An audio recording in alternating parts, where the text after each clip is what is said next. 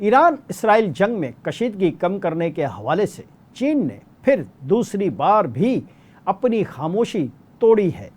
مشرق وسطیٰ کی کشیدہ صورتحال پر چینی صدر نے 4 تجاویز پیش کر دی ہیں۔ چینی وزارت خارجہ کے مطابق صدر شی جن پنگ نے اپنی پیش کردہ تجاویز میں فوری جنگ بندی کا مطالبہ کیا ہے۔ چینی صدر کی تجاویز میں شہریوں کا ترجیحی طور پر تحفظ یقینی بنانا، مذاکرات اور مکالمے کے آغاز کو آگے بڑھانے کا بنیادی راستہ اور بین الاقوامی برادری کے امن کے لیے کوششوں کو ناگزیر قرار دیا گیا ہے۔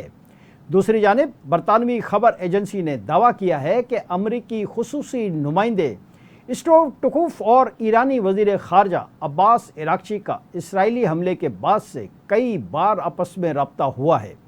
علاقائی سفارتکاروں نے خبر ایجنسی کو بتایا کہ بحران کے سفارتی حل کے لیے وٹکوف اور عباس عراقچی نے متعدد بار فون پر بات چیت کی۔ خبر ایجنسی کے مطابق ایرانی وزیر خارجہ عباس عراقچی نے اسرائیلی حملے بند ہونے تک مذاکرات میں واپس آنے سے واضح انکار کر دیا۔